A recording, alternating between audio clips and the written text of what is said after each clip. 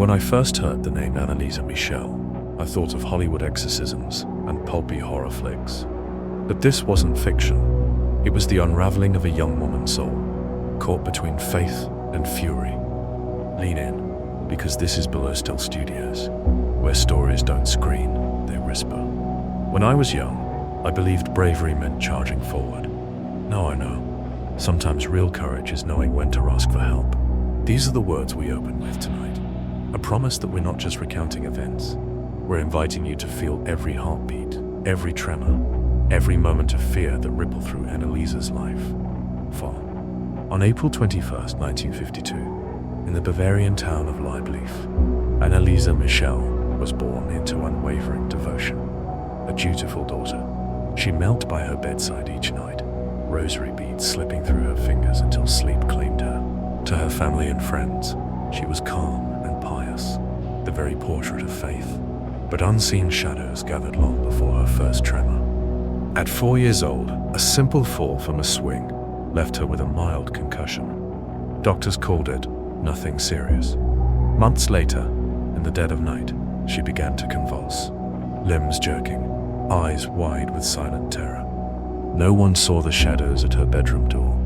No one heard the quiet scream her small mind could not contain. By 16, Anneliese collapsed in a classroom hallway, gripped by a grand mal seizure.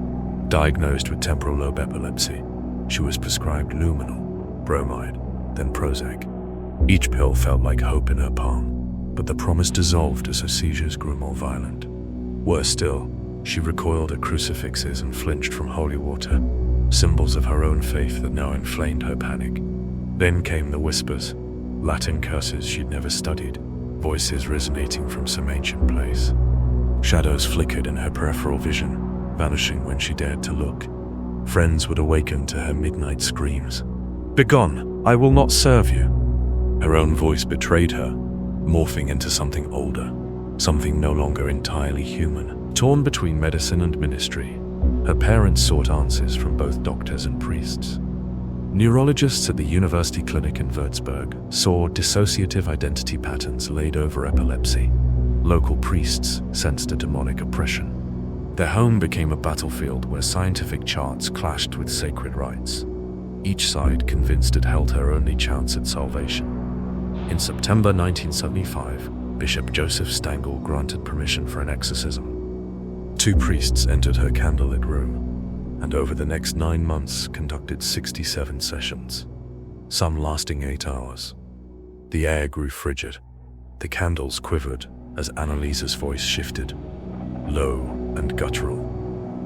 "I am legion, for we are many." Between sessions, she survived on a single cup of watered-down wine and a sliver of bread. Her body wasted away, her eyes hollowed like spent candles. On June 1st, 1976, at just 23 and weighing 30 kilograms, Anneliese took her final breath.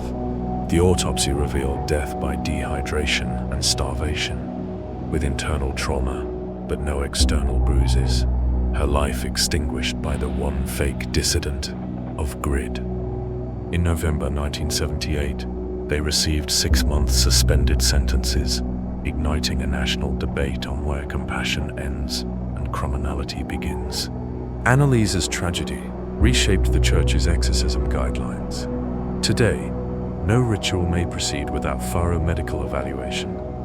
Her story endures as a haunting testament to the fragile border between science and spirit, and a reminder that sometimes the scariest demons are the ones we refuse to see. If this story moved you, explore the full journey we've laid out, a detailed account pieced together from interviews, public records, books, and the chilling events that still echo today.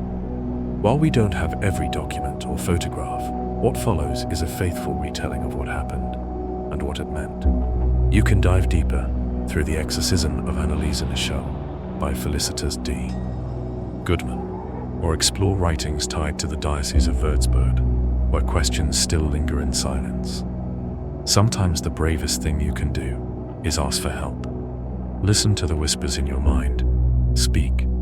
Reach out. Don't let silence become your prison. If this experience stirred something within you, Stay, subscribe, because at Below Still Studios, the next story we tell might be the one that never leaves you.